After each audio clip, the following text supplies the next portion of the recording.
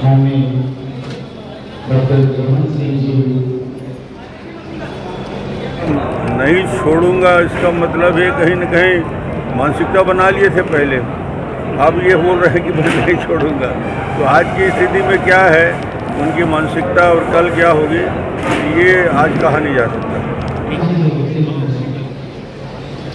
स्वागत करते हैं, अभिनंदन करते हैं। कार्यक्रम में अतिथि के रूप में हमारे बीच अर्जुन दास जी का स्वागत करें। सुरेश अग्रवाल जी कृपया आएं और डॉक्टर आग्रह आपसे सनम्र निवेदन कि आप सभी व्यापारी गणों का भी मंच पर स्थान ग्रहण करें। और मैं आप लोगों को बता दूं कि आज सभी व्यापारी भाइयों, उन्हीं को मिलती है जिनके सपनों में जान होती है। मंजिल उन्हीं को मिलती है जिनके सपनों में जान होती है। पग से कुछ नहीं होता, हौसलों में उड़ान होती है। तो ये हौसले हमारे सभी व्यापारी भाइयों ने दिखाए हैं।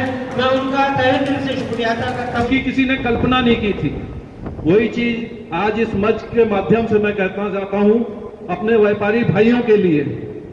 साहब, व्यापारी जिंदगी भर टैक्स देता है, सरकार को जब जरूरत होती है दोनों हाथों से और सब तरह से उनके साथ खड़ा होता है।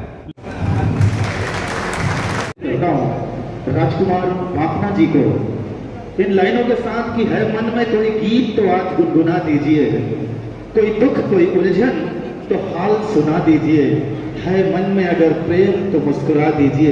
जिले में जिले भर के व्यापारियों का सम्मेलन और भारतीय जनता पार्टी का जनसंपर्क महाजनसंपर्क अभियान के तहत ये कार्यक्रम भी है, जहां हम व्यापारियों से पूरे प्रदेश में सीधी बातचीत करते हैं और व्यापार का असर स्टेट की इकोनॉमी में कैसा पड़ता है।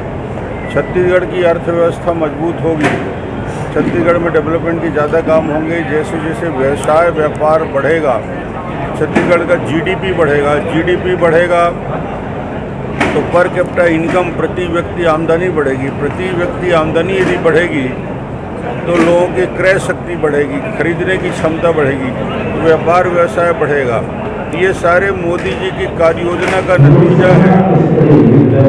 ये लोगों के जीवन में परिवर्तन कैसे आ सकता है, इस बात को व्यापार जीवन में लोगों की कैसे परिवर्तन आ सकता है, ये देश का विकास और आखिरी पंक्ति में जुड़ा हुआ गरीब कल्याण जुड़ा हुआ है।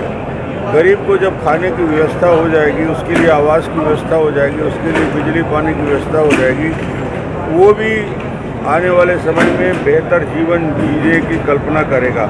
और उसके लिए ज़रूरत है बेहतर इंफ्रास्ट्रक्चर, सड़कों का जाल बिछा देना, लोगों घर में बिजली पहुंचा देना, अन्य व्यवस्थाएं वहाँ के लिए शुद्ध पेयजल व्यवस्था करना। ये कुल मिला के डेवलपमेंट से मोदी जी के जुड़ा हुआ विषय। नहीं छोड़ूंगा, इसका मतलब है कहीं न कहीं मानसिकता बना लिए थे पहले, अब ये बोल रहे हैं कि मैं नहीं छोड़ूंगा। तो आज की स्थिति में क्या है, उनकी मानसिकता और कल क्या होगी, ये आज कहा नहीं जा सकता।